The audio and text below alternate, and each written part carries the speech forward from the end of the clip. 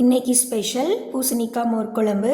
வாங்க எப்படி செய்கிறதுன்னு பார்க்கலாம். ஒரு வடைச்சட்டியில் தண்ணி ஊற்றிட்டு பூசணிக்காயை கட் பண்ணி போட்டு மஞ்சத்தூள் கல்லுப்பு போட்டு நல்லா கலந்து விட்டுக்கலாம். கலந்து விட்டுட்டு நம்ம ஒரு மூடி போட்டு மூடி வச்சிடலாம். நல்லா கொதித்து வேகட்டும்.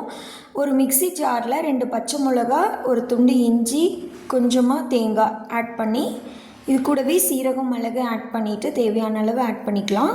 அரைச்சிட்டு வந்துடலாம். தண்ணி நல்லா கொதிச்சிருச்சு. அரைச்ச பேஸ்ட்டு நம்ம இதில் ஆட் பண்ணிவிட்டு நல்லா கொதிக்க விட்டுடலாம். இந்த அளவுக்கு கொதிச்சிருச்சு. கொதிச்சதுக்கப்புறமா நம்ம என்ன பண்ணலான்னா ஸ்டவ் ஆஃப் பண்ணிவிட்டு இன்னொரு மிக்சி ஜாரில் தயிர் எடுத்து நம்ம திரியாக இல்லாமல் நல்லா அரைச்சிட்டு வந்துடலாம். அப்போ தான் குழம்பு நல்லா டேஸ்ட்டாக இருக்கும். பாருங்கள், இந்த அளவுக்கு நான் அரைச்சி எடுத்துகிட்டு வந்திருக்கேன்.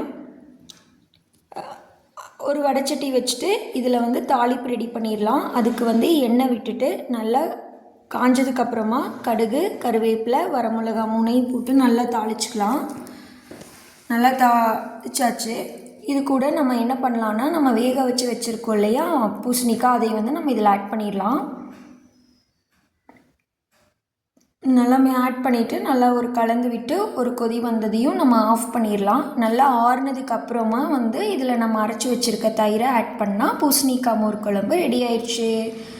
தேங்க்ஸ் ஃபார் வாட்சிங்.